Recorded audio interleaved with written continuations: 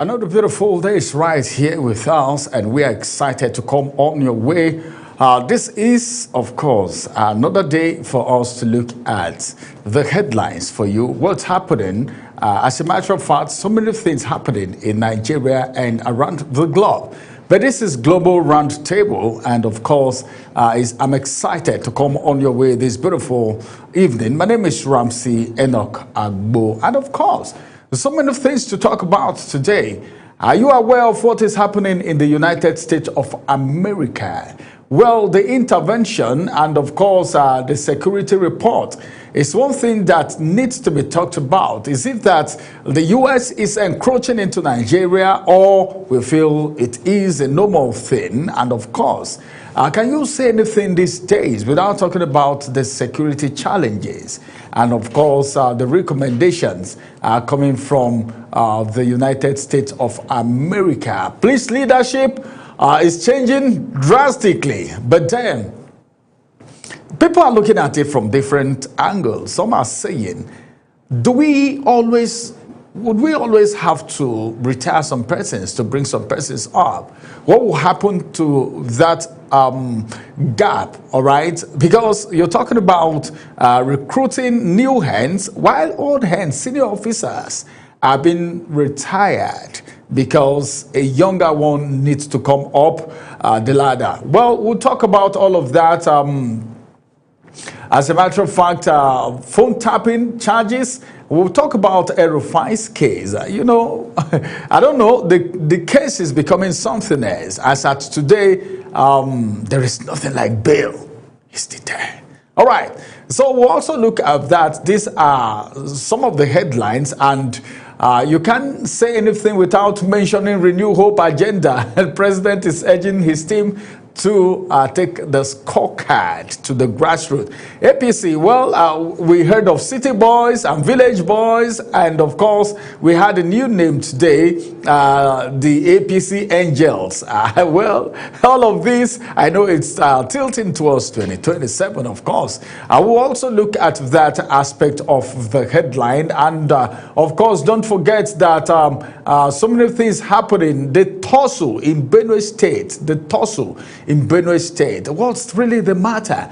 Some people would want to say, well, it is still Godfatherism. Didn't you see it in Rivers State? Is Benue State different? I know that's what some of you will be saying, but then we'll do our own analysis from here today. And a host of other things that we need to talk about today. Don't forget that there is still some smoke, all right, about the FCT area council election. The polls, I don't know, but then I think INEC is saying we were there, we monitored, we supervised, we assessed. What you guys are saying is not true, but then I don't know if it is the people that are not saying the right thing or the INEC officials. All right.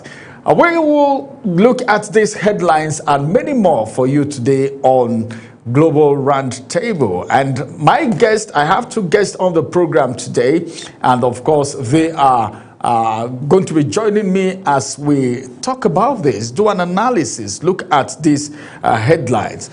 With me in the studio right here is a journalist and, of course, a public affairs analyst in the person of Onyime Anyete. It's good to have you join us on Global Roundtable today.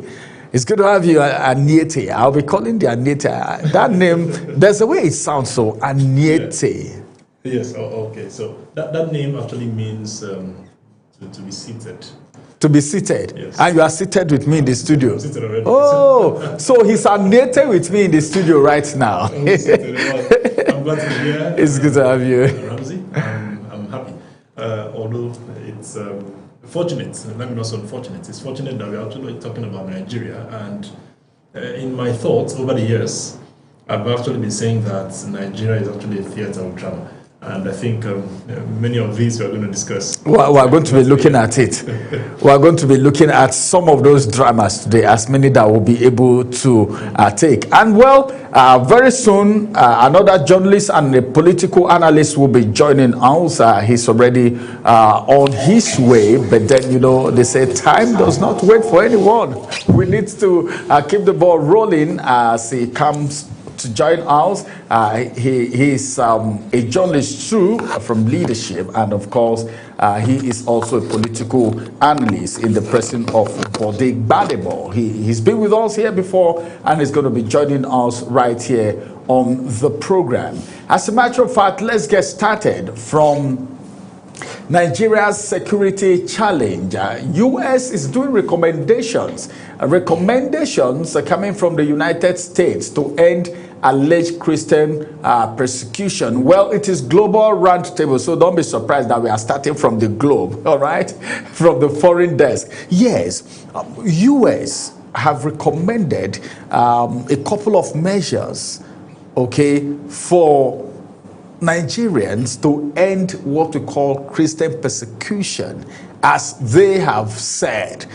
But are you seeing some form of, is it right to do? Let me just put it open. Let it be open. Remember, you can also go to our social media platforms at Global TV NG to drop your own comment too, because in your own right, you can also react to whatever we're talking about here, and we'll talk about it right here on the program. So, you feel that is right for US to do? Well, let me start with just accepting the fact that you started by saying, sorry that we're going to start from the US down to Nigeria because we're talking about global, or we're speaking on the program, Global Roundtable. So, the country, Nigeria, is in the globe. So first, I want to answer the question very directly. It is not wrong, for the US to be concerned about what's happening in Nigeria. It is quite a big concern. It is quite a very big concern. Why?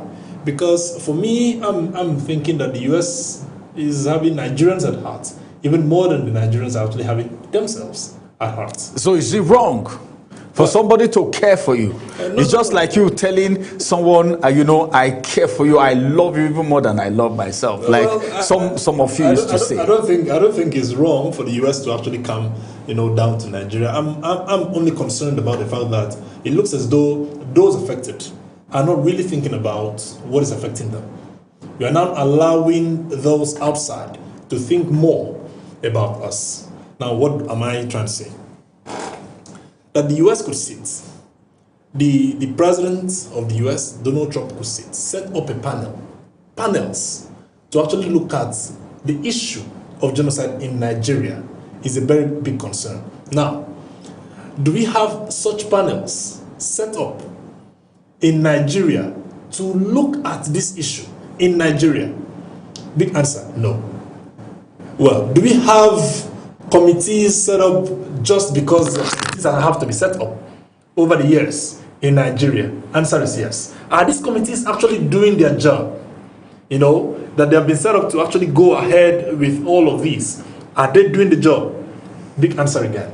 I know you know. So it is a very big concern that we are having issues in Nigeria affecting Nigerians, and the US is actually thinking more for Nigerians. When I heard this, come on, Ramsey, I asked myself a very quick question. Is US really thinking about Nigeria because maybe in one way they're thinking that their citizens are also here? And I've been thinking about it to give myself an answer. If they are thinking about Nigeria, not Nigerians, Nigeria, because their citizens are here. But I quickly gave myself the answer with a big thought. And the big thought was, if the US could say that they came into Nigeria even without the notice of the president to come pick out their citizens, then that means if they want to think, they should be thinking more about the citizens, come pick their citizens, protect their citizens, and then walk away and leave Nigeria. But is that not selfish? Exactly. So if they are not selfish to actually think, then I think it is a big question for us to start answering what our lawmakers are doing in terms of thinking about what's happening in Nigeria. Now, let me go into the aspect of the genocide itself. Over the years, or over time, we've actually heard a whole lot of persons, our representatives telling us that there is nothing like Christian genocide. There's nothing like that. But some months ago, the bandits went to a community, and then at the end of the day, they killed and took some citizens hostage. And when they were asked, or when they made their videos, they said they went to somewhere and parked their motorcycles, and then they came back and didn't see it. So the army came and parked those motorcycles. And then you came back, you didn't see your motorcycle or motorcycles. You did not go ask the army. You didn't ask the villagers why. You went to church. So, were these motorcycles taken to the church? Why are you taking the Christians? So, it answers the question that yes, in Nigeria, we are having the Christian genocide. A whole lot of the killings that are happening right now in Nigeria, in the northern part and in other parts of Nigeria, are affecting the Christians more. Well, all right, you talked about the lawmakers, Yes. you know, while you were speaking. Now let's look at the issue of our lawmakers. How concerned do you think our lawmakers are, or you feel they are just there for themselves? Your own personal assessment. Okay, so for my personal assessment, Ramsey, I'd love to take you a little bit back to 2023. When the 2022, 2023, when the whole electionary period came, we had people talk. We had a lot of persons talk about, a lot of our representatives tell us that they will come do one thing or the other for us. And yes, we believed them, you know, in quotes. We believed and gave them our votes, okay, which we're going to talk about when we talk about INEC, you know. And at the end of the day, they are there seated right now. Big question is, are they doing what they promised? Okay, so 2 years have gone down. 2023, when they came into power, till 2025, May, made them about, you know, 2 years. And now this is 2026. They are already thinking about 2027. And so, your question, are they doing what they're supposed to do? At the moment, maybe you would have said yes, early hours of their stay in office, 2023. But right now, if you look at the news, if you observe what is happening around our leaders, those at the helm of affairs, at the executive arm, at the legislative arm, you realize that they're talking more about 2027 and not what's happening to Nigeria's real time. Oh yeah, real time. Real time. Well, what do you think? Real time, of course. You're referring to the election, real time.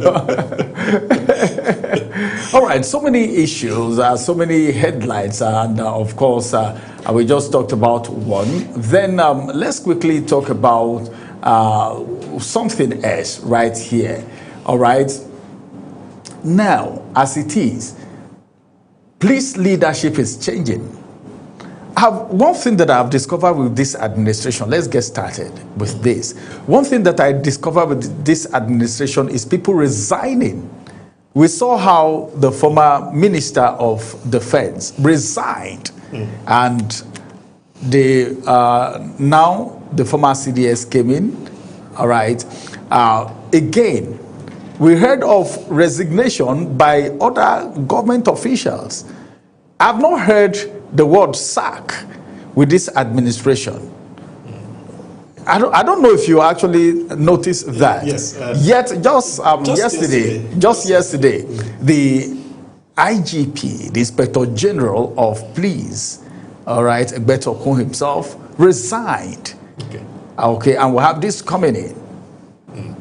So, what do you think? Are you surprised that people are coming to resign by themselves for some reasons? Or you feel this administration, I don't know, but then, it's because the reason I'm asking this is, in developed worlds, like most times we use the US as an example, we see where people just feel they should resign because they feel they are not doing well. That's there.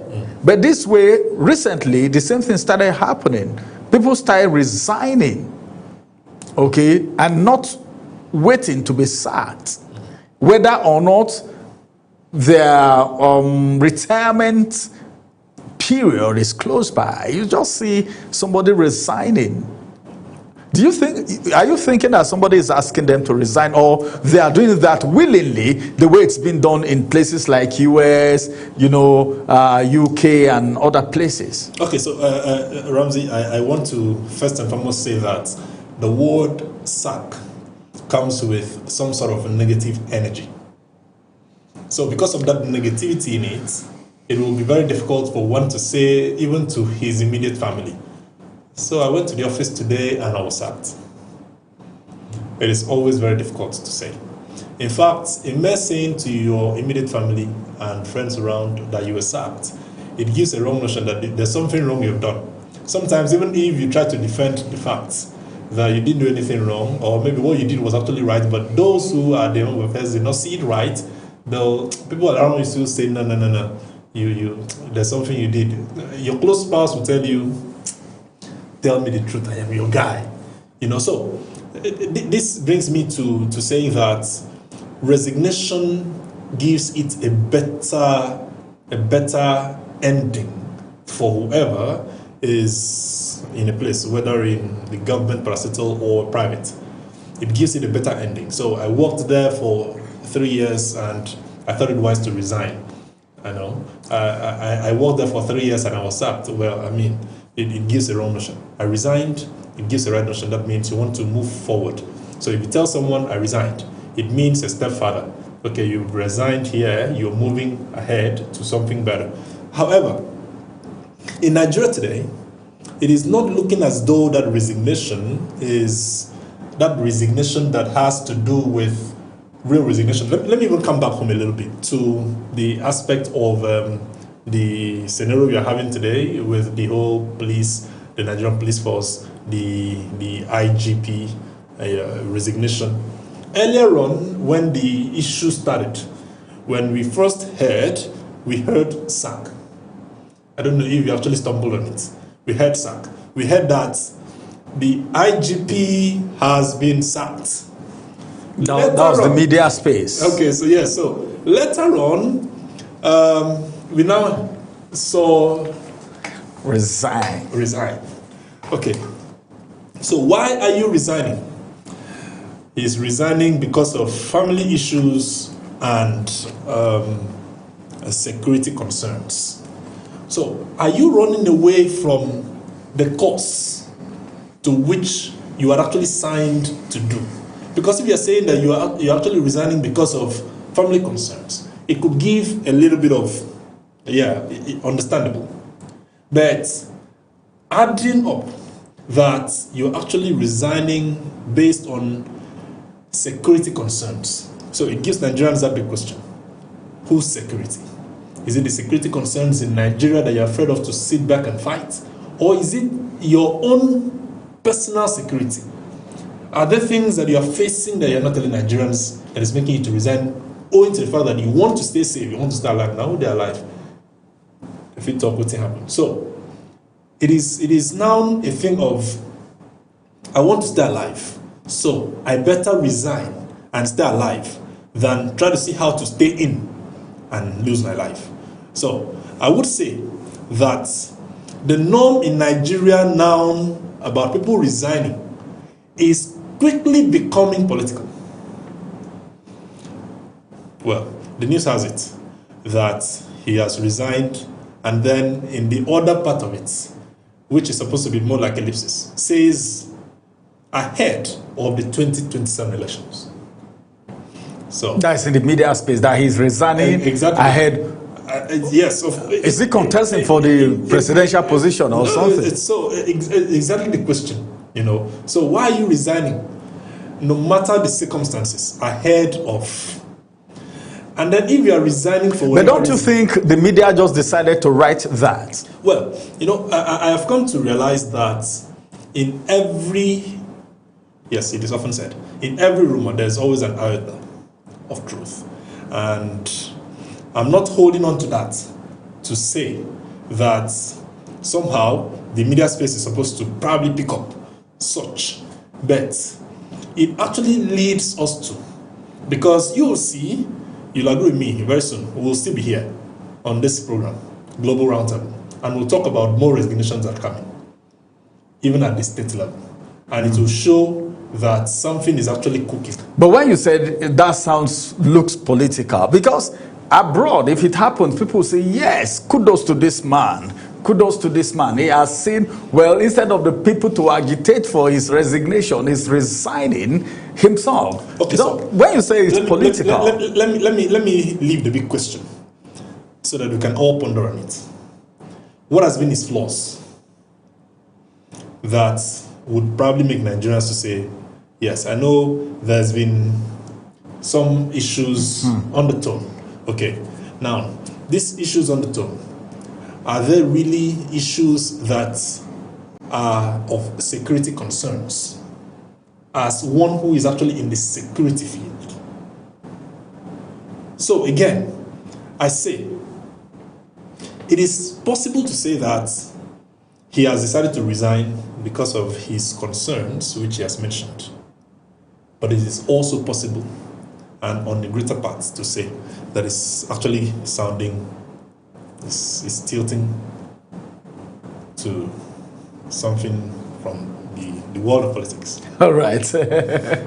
One other very worrying issue is the fact that 29 DIGs and AIGs may, all right, go as Tinubu replaces the resigned or resigning, he's resigned already, IGP. So it becomes worrisome, you know, because recently we heard that there was a call for people to be recruited into the Nigerian police force, you know. Not just that, we need security. These are experienced hands. You know what it means to get to the position of a DIG or an AIG? You know what it means? About 29 to be asked to go just because of one person. How do you feel? What do you think? Ramsey, let me, maybe we should... This is not the first time it's happening. Yeah, you know, it happened when the service chiefs came up. Yeah. You know, so it is something that is part of the constitution, part of the law. So the appointment of any inspector general is the total jurisdiction of this is already coming in, you know, of the president, and he has what it takes to be able to do so. I just want to go a little bit into some very important root issues. The man who has actually been taken in has about 48 days to hit 60. So 48 days to 60 years of age will mean that he himself is supposed to start thinking of retirement. You know, so, but you know, this is not actually giving him some push, some stay back in office. Okay, now 29 of these persons will be retiring because of one person. And this is at the time when Nigeria actually needs more of what is security. We need more. I recall that some months ago, all police officers were withdrawn from public offices to return to their posts to work from there. Now, at the point where we're even looking for more, and then you're retiring. Let's even talk about competency. You know, that you're retiring about 29, and then you're making someone who is actually, should we use the word, younger than them in office, to now be the one who is going to be ahead, and then by that, automatically retiring others. Of these 29 that are going to be retiring, is it that there was none of them competent enough to take over, you know, the office that you actually want until it is this? Now, maybe it is because a whole lot of persons have come out to say, yeah, it is true that the man Olatunji Disu has actually proven himself. But of the 29, have we not had others? Have we not had this 29, one among them, you know, proof that is actually good? Maybe I also want to talk about the good part of it. Maybe I would want to say that maybe retiring 29 will now start making us to think of recruiting to 29,000. So if we are retiring 29 people, maybe you should start thinking of recruiting 29,000. This will actually help us because at the moment, what we have in the Nigerian police force is lesser than the number of persons they are supposed to protect, both lives and property. And so it is a very big concern that we are having these persons retire just because of one. However, if it is not, again, if it is not political, then there is so much to be done. So that, let's say that 29 are retiring, then we can have more. And then we have more of these persons, grow into becoming. But let's ask a question. If at the end of the day, in few years to come, we now have one person who's going to take over so that 50 can go, would we do that? Oh, all right. It is still Global Roundtable. Let's go on a quick break. After this break, I will return and we'll look at other headlines. Stay with us.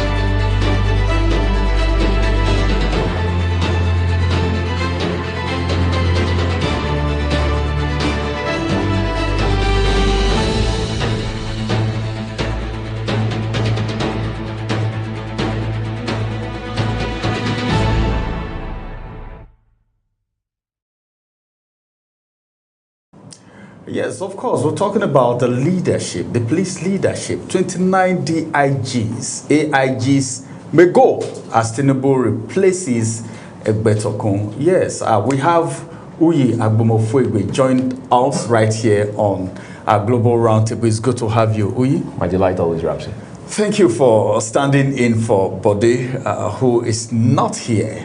Well, we're looking at the police leadership. 29 DIGs and AIGs may go because of the resignation of Egbetokun, because he must be replaced. And you know how this replacement is being done. It has to be done by, of course, the president, and is within his prerogative. But then, the way it is right now, 29 experienced professionals going because one person is coming in. It's pretty much like what we often call the doctrine of necessity. This shouldn't come as a shock. We're seeing that trajectory over time, right? It didn't start today, right or wrong. But the thing is, what made these appointment necessary in the first instance? Like you already highlighted, somebody has resigned, right? Even though there is also controversy as to the circumstances around whether or not he resigned, how he resigned, and all of that. But events have overtaken all of that now. The issue now should be, how do we better position our police and our policing system to be better? To that extent, we should be looking at the background, the experience, and the resume of the person of Mr. Tunji Disu. A man we understand, yes, he has robust background in policing, he's been there, done that, as they say, and all of that. But I think beyond that, we should also now look at the element of politics in all of this. We're seeing some people who are believed to be protesting, demanding that a man like Frank Umba, one of the finest policemen this country has ever produced, by the way, should have been appointed the IG. So we are going back to zone and region. Should have been somebody from the southeast, somebody, why are you removing, or why is a southwesterner leaving office and you're bringing another southwesterner? But the president, again, at this point in time, is the one, like you mentioned, has the latitude to make that call, and that's exactly what he has done. The man is already acting, he's already serving in acting capacity. He's going to be confirmed, hopefully, going forward, all else equal, and the rest will be history. There are people who have also raised concerns as to why didn't the president leave Egbetokun on till after the election in 2027, because that would have been a fine place for him to exit service. But the question is, what difference does it really make, really? As it stands today, we also had seen an Egbetokun, quite frankly, this is in the public domain, a man who had been, if you like, embroiled in so much of controversy. That's not good for a policing system. You see, the Nigerian police system as of today is living on a broken limb, in a manner of speaking. That's metaphorical. But the point being made is that you have one, erosion of trust in the police system in this country. You have the police that is busy defending itself every now and then over every little issue, including the circumstances around the resignation of Mr. Kayode Egbetokun. So you now need a forward-thinking leadership for the police. You now need the kind of leadership that is transparent, the kind of leadership that is innovative, creative, resourceful, and understands what time it is in terms of global best practices. So the question really, at the end of the day, is, does Mr. Disu fit the bill?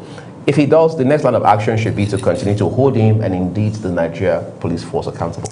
All right, let's move away from the issue of the police leadership and talk about El-Rufai a little bit. Some persons were thinking it was just going to, because even El-Rufai himself, with some level of boldness, was like, yeah, invite me, I will come. Not just to invade my office or something, right, or maybe come to arrest me at the airport or something, as if you invited me and I didn't come. But the way it's going, it's like the whole scenario is taking a different turn altogether.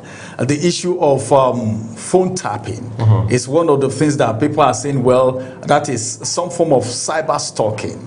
And we all know what the cyber crime is in Nigeria here.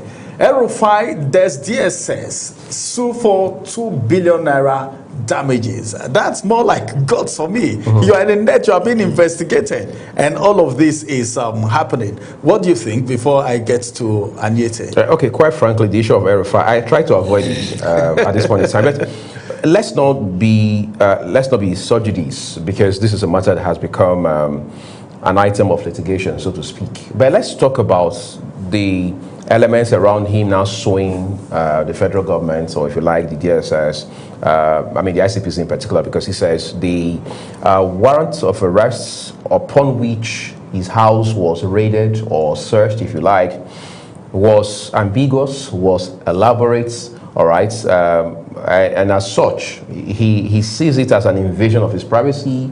He sees it as though his rights have been infringed upon. Therefore, he's now asking for 2 billion naira damage. Of course, it's not RFI who is directly doing that. It's his team of lawyers, I mean his legal team that's doing that. But it's interesting how that he, at the moment, is in custody.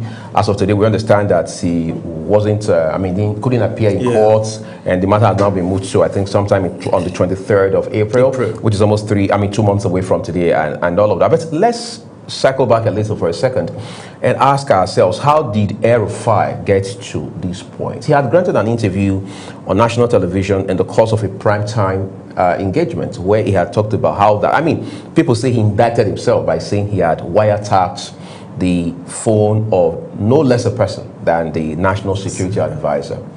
Ramsey, if I wiretap your phone, it's already a crime, even though you and I are just regular citizens, so to speak, let alone somebody that high up. So now you said that on national television, so it's obviously not a matter of speculation or somebody trying to rub on you something you didn't do. And the interviewer pointedly asked you, do you realize the legal implications, the national security implications, the weight of it?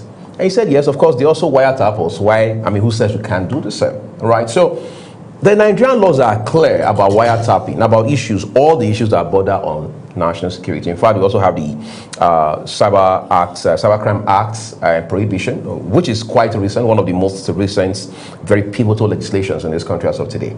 Now, let's be clear, at least for the benefit of our viewers, El-Rufai is one of the smartest persons you can find in Nigeria as of today. I mean, away from politics for a second. So we can confidently and authoritatively say that he's not naive about the laws. But is it also possible this is politics taking too far? I've heard people say things like, well, you know, it's the government that's trying to, I mean, the APC government in particular, that's trying to be vindictive because the man is on the other side, is in the opposition. What they're trying to do over time is to weaken the ADC numerical strength, weaken the leadership structure. And El-Rufai is front and center, basically, when you look at that end, because El-Rufai has vowed more than anyone else that his ultimate goal, his ambition politically, is to ensure that President Tinubu and the APC do not return to power in 2027. We may not be able to fight all of that because politicians everywhere in the world, Nigeria no exemption, fight dirty, especially as we inch closer to a very critical election like 2027. But as said, my question as a citizen, as somebody who wants to, as much as possible, be dispassionate is, do the authorities have evidence regarding these charges? If that checks out, if we can tick that, the next question is due process being followed? And I'll give an example. So I spoke with Dele Oyewale, the head of media and publicity at the FCC just last week. And he told me in an exclusive interview that El-Rufai, I mean, the matter around El-Rufai, the allegations, will be investigated, I mean, based on best practices. So the issue of saying investigate him, don't investigate him, and protest all over the place won't matter much. The question is, what charges are we bringing against him? What evidence do we have to that effect? But it's a triangle of a problem right now, really, because you have the EFCC, you have the ICPC, and then you have the DSS in the mix. So it's just going to be like a movie I watched about a fortnight ago, one trouble after another. But again, this is also a challenge for our legal, our judicial authorities to really now test whether or not our laws can bite. Because there are people who are saying with the body of evidence that the authorities, law enforcement, are saying that they have against Mr. El-Rufai, if at the end of the day he scales this through, he survives this, it will place a very visible and disturbing question mark over the laws and indeed the legal system in Nigeria. All right, Aditi, let's look at the issue of bringing public officials, all right, to answer questions by the anti-graft agency. What does that speak? Can we now say that, well, every political office holder, whether you are in any of the parties, in the ruling party or whichever party, can be picked up to answer questions? Okay, so let me start with answering but I want to rethink what you just said. Can be picked up. Okay, I think I would rather say can be invited. And for the fact that you are a Nigerian, when you're invited, you should avail yourself. You should go. And so whether or not you are a top-notch Nigerian or a low or middle-class Nigerian, once you're invited by the anti-graft agency, you should honor that invitation. Now, for whatever reason you have been invited, if you're clean, you'll return. But if you're not, then get ready, because there is nothing that one does that does not have consequences. So, whether or not you are forgiven, you will surely, or you must surely face the consequences. And I think that's supposed to be for all Nigerians. All right, that's supposed to be for all Nigerians. All right, well, let's just keep our fingers crossed. The case is in court. We're waiting for April when there would be another sitting again as far as that issue is concerned. Let's get to the renewed hope agenda as President Tinubu urges the team to take a scorecard to grassroots. You know, most times what a lot of people think about is the grassroots. If anybody is speaking now in the media anywhere, they said, well, we are concerned about the people at the grassroots, the average Nigerians, they are left out of governance and all of that. But now, this administration seems to be concentrating on the grassroots. We can see in one of the papers today where we saw that the president is urging his team to take scorecard to the grassroots. What does that mean? Is it political? Is it because of 2027, like some persons may be thinking, or you feel this is what it is? Well, let me speak first, and I'll just hit the nail on the head. Ramsey, to be very sincere with you, if the president and all our leaders have done well, there wouldn't be need for you to start tasking them to take the scorecard to the grassroots. The scorecard would have already been seen, felt, noticed, realized by the grassroots. So telling us to go, telling those at the helm of affairs to start taking the scorecard to the grassroots, it sends a signal. And what signal is it? Not completely a positive signal. It is a mixed signal where there is some sort of positive and negative. So anyhow you want to do it, tie the good things that we have done and take it to the grassroots. So are there things that you have done that are actually okay for the grassroots? Maybe yes. Are they feeling what you've done enough to be able to, even if they are not, these things are not taken to them, they already know and then get ready for you, come 2027. Because of course, in all of these that have been said, the idea is to have something to show for 2027 and beyond. So I'm thinking that if the president has done well, the grassroots wouldn't need anybody to come show them anything. The grassroots would have already felt it. And they'll just sit back and say, don't worry about anything that we want to do. For 2027, this is who I'm going for. And I'm thinking that that's a fear. So start tying it and take it to the grassroots is some sort of political statement, trying to see how to lure Nigerians to see what we are yet to feel. And just because they are hoping that will give them what they need for 2027. So can we now say that peace has returned to the grassroots, or governance has finally been taken to the grassroots? Because, the president, there was a time he was even speaking to governors that governors should do whatever they need to do in the state. They have a lot of allocations now. Even, at a point, he even said ministers that are not performing will be axed, and a few left. And at a point he said, go to the media and tell the people what you're doing. And now we are seeing that for the renewed hope agenda to be fully felt, he's now saying his team to take this scorecard to the grassroots. Can we now say, finally, the grassroots will now start feeling the impact of democracy in Nigeria? All right. You know, politics is, I mean, it's crazy and tricky altogether, right? So in business, especially for those who are within the corporate structured business space or ecosystem, they have what they call key performance indicators, KPIs. So which means you must be clear what your goals are, short-term, medium-term, long-term. So as you make progress, you have some sort of metrics by which you're measuring how much of success you're recording, right? So we cycle back to 2023. In fact, 2022, after President Tinubu had thrown his hat in the ring, and then of course after he had clinched the APC presidential ticket, what did he promise Nigerians? Of course, he didn't attend the popular debates or those engagements. He had his own plane. He had to create a sort of a couple of clusters for himself where he brought the corporate titans to interact with them, to share with them what his vision would be for Nigeria. So what's that vision? What are the items or elements in the Renewed Hope agenda? Because that's the special purpose vehicle, so to say, through which the president and the APC are driving their manifesto. So what's in that manifesto? We ask that and we settle that first. We'll now ask ourselves, by May 29th, it would have been 3 calendar years.